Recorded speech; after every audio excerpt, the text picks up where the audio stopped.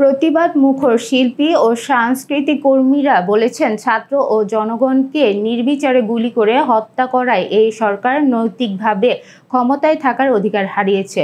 অবিলম্বে এই হত্যাকাণ্ডের বিচারের দাবি জানিয়েছে তারা।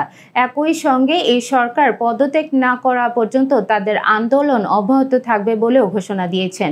শিক্ষার্থীদের কোঠা সংস্কার আন্দোলনকে কেন্দ্র করে ছাত্র জনতাকে হত্যার প্রতিবাদে প্রতিবাদী গানের মিছিল শিরোনামে ও সমাবেশ পদযাত্রা থেকে এসব দাবি জানায়। প্রতিবাদী সামাজিক সাংস্কৃতিক সংগঠনসমূহ এর ব্যানারে এই কর্মসূচি পালিত হয়।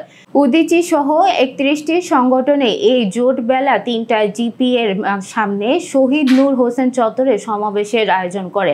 প্রতিবাদের প্রতীক হিসেবে কবি, শিল্পী ও সংস্কৃতি কর্মীরা লাল রঙের পোশাক পরে মাথায় লাল ফিতে বা গলায় লাল স্কার্ফ বেঁধে সমাবেশে অংশ নেন।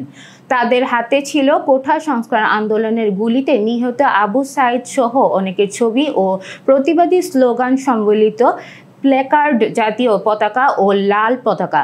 আরও ছিল হাতে লেখা পোস্টার ও ব্যঙ্গচিত্র, ছাপচিত্র ও হাতে আঁকা ছবি সম্বলিত ফেস্টুন।